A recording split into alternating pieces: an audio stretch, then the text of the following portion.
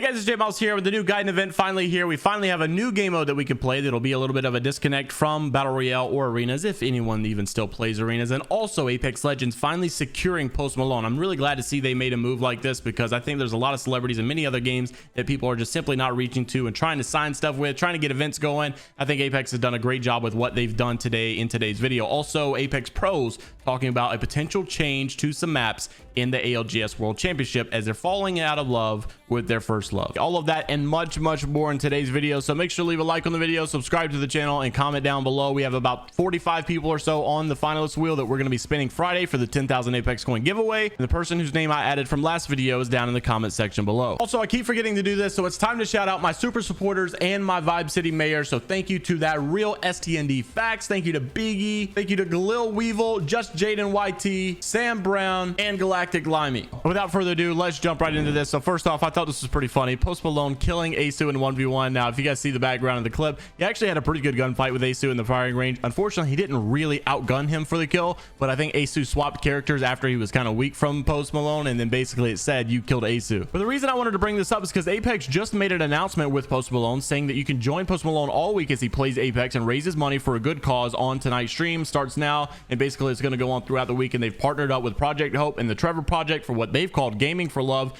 And like I said, they partnered up with Post Malone to do this, so it's going to be over on his stream. And I really love that Apex has decided to reach out to the celebrities in this game that are playing actively, that are being a part of the community, and trying to secure those people that are. Now, I'm not saying like, hey, you know, abuse this stuff for business, but it does really help the business side of things. I mean, Post Malone playing Apex is definitely a really big deal. He's bringing a lot of people over. Probably it's definitely getting a lot of people more interested in the game, and I think it keeps the game a little bit more relevant than what it would be without him. I don't really know if other games are doing this with big celebrities, because I know that there are some other celebrities out there that play games like Fortnite, Warzone, and whatever, but I'm not really sure if they do an amazing job at keeping these people part of the community. I think Apex has done a good job about reaching out to Post and trying to get him involved. Now, a lot of you may think that Post is trash and maybe he's just an absolute noob at the game, and this is kind of weird, but he's actually pretty good at the game. Alpha Intel said, wow, Post Malone is kind of cracked. It showed a clip on him with stream, and Asu actually goes down here. Post Malone clutches up, and dude, this clip is pretty insane. Take a look at this. Yeah. Send it.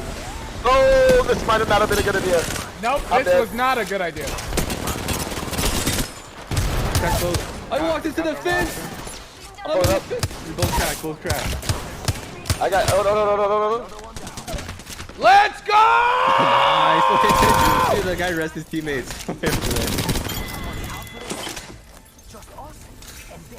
Nice. So nonetheless, a pretty good thing to see. Now, I want to let you guys know the Gaiden event finally is here. Finally, we can play a new game mode, Armed and Dangerous. And now, don't forget, I did remind you guys that it would be a little bit different than normal, as this time, apparently, we will be able to craft a Kraber. Now, it will be 150 crafting materials, so quite a lot. You are going to have to, you know, scavenge a good bit of crafting metals here. But do keep in mind, based on what we heard, this will be on the weekends only. But I do think it's still a massive W for the game to have this feature, because I would say a lot of people would agree that the Kraber is the most fun weapon to use in the game. And honestly, I don't even know if you were even able to get this weapon in the previous times of Armed and Dangerous, because I'm not even sure if the care packages were even in the game. And if they were, obviously, it's very rare that you even get one. So now that everybody has an equal opportunity to get one, I think it's going to be a great thing to see for people to just run around, slingshot with the Pathfinder grapple, and just, you know, no scope Kraber. I still wish they'd bring that game mode back, Gold Rush duos, where you can get all the weapon drops on the ground from the care package, and they just spawn on the ground. The Krabers all over the place, dude. That stuff was so fun. It'd also be cool to see like a Kraber only mode. But also coming to the new Gaiden event, other than just a limited time mode, Armed and Dangerous, well, much more actually. But there was actually some patch notes at the bottom of this official EA page regarding this event that I want to make sure you're aware of if you plan on spending any money whatsoever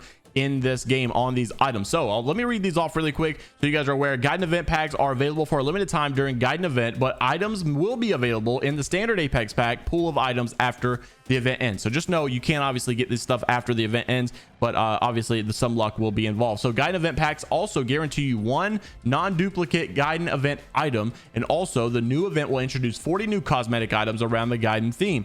Gaiden items can be crafted with crafting metals, but listen to this, after 2 seasons, the crafting metal cost for all of these items may be reduced. So hey, you may be able to get this stuff actually a little bit cheaper if you decide to wait. However, I doubt you'll be able to get this nice Bangalore heirloom skin if you do. Now, do I really think this Bangalore Heirloom skin is worth this much? Absolutely not. I do think the finisher is really cool. Someone also, I think Otter said, you know, hey, really cool stuff, but money is involved. And to be quite honest with you, this may be a controversial opinion, but I do think the monetization in this game is slightly abused, probably. And I just think it's because they do a great job with what they call the mythics now, the melee weapons, what we consider to be heirlooms. I think they do a good enough job with that. And honestly, I think it's the only thing in this game that's probably not even really worth $150, but probably the only thing closest to $150. There's no way in my mind you can convince me that this skin right here is worth $150. And honestly, I think they were just looking for a way that they can make what they've classified as another heirloom, so that they can bring another event that has another heirloom in it, so that people will buy everything and spend more money and make a lot of money off of these things that they're still called heirlooms, even though this is not as good as a heirloom mythic that we call it. I mean, they practically jacked the price up on a legendary Bangalore skin and called it an heirloom. But it is important to note that some of these things will be a lot cheaper after about 2 seasons. Apparently, once the stuff is over, you'll be able to get this stuff for way cheaper with the crafting metals. So if you want to take that route, knock yourself out, but just know that the Bangalore Heirloom skin will most likely not be available in the same way. Now, another thing I wanted to note in this video, and it's something that I find so funny so often, because we have all of these pro players that constantly are changing their mind about what they think is fair, what they think is right, and what they think should remain in the game, stay in the game, leave the game.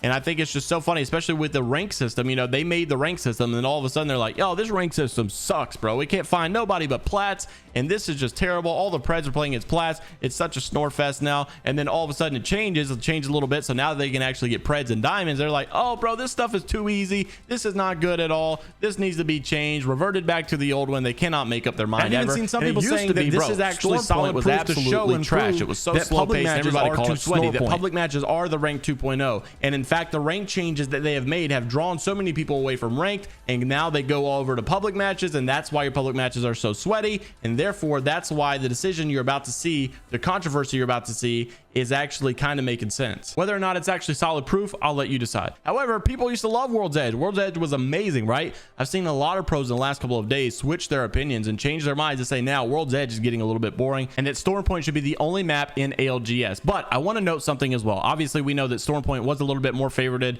when it comes to pubs versus ALGS to begin with. So I'm not surprised that they like ALGS. I'm just surprised that they don't like World's Edge anymore. However, I personally hate Stormpoint, and now all of a sudden I love it, and I'm kind of getting sick of World's Edge myself. And I just asked myself this why the other day, and the only thing that made sense to me is I thought about it. Hey, you know, public matches have gotten really sweaty over the last couple of weeks or months, and people have also been saying over the last couple of weeks or months that basically rank 2.0 is public matches, that when you're playing pubs, you're basically playing the other version of ranked, because it's so sweaty right now. And I'm wondering if the reason that I'm starting to like Stormpoint is because it feels like ranked all of a sudden. People are starting to play a little bit differently because there's so many good players that are sweating all the time in public matches. Is that why Stormpoint feels so good now? Because it feels like ranked. And then World's Edge, you got all the sweats dropping fragment, and usually you would drop fragment in your normal public matches, but because it's so sweaty now, everybody just dies immediately. Maybe that's why it's not so fun. So is the fact that Stormpoint is becoming more favorited every single day proof enough that rank 2.0 is indeed public matches, that the actual public matches are getting too sweaty, the skill-based matchmaking is too much,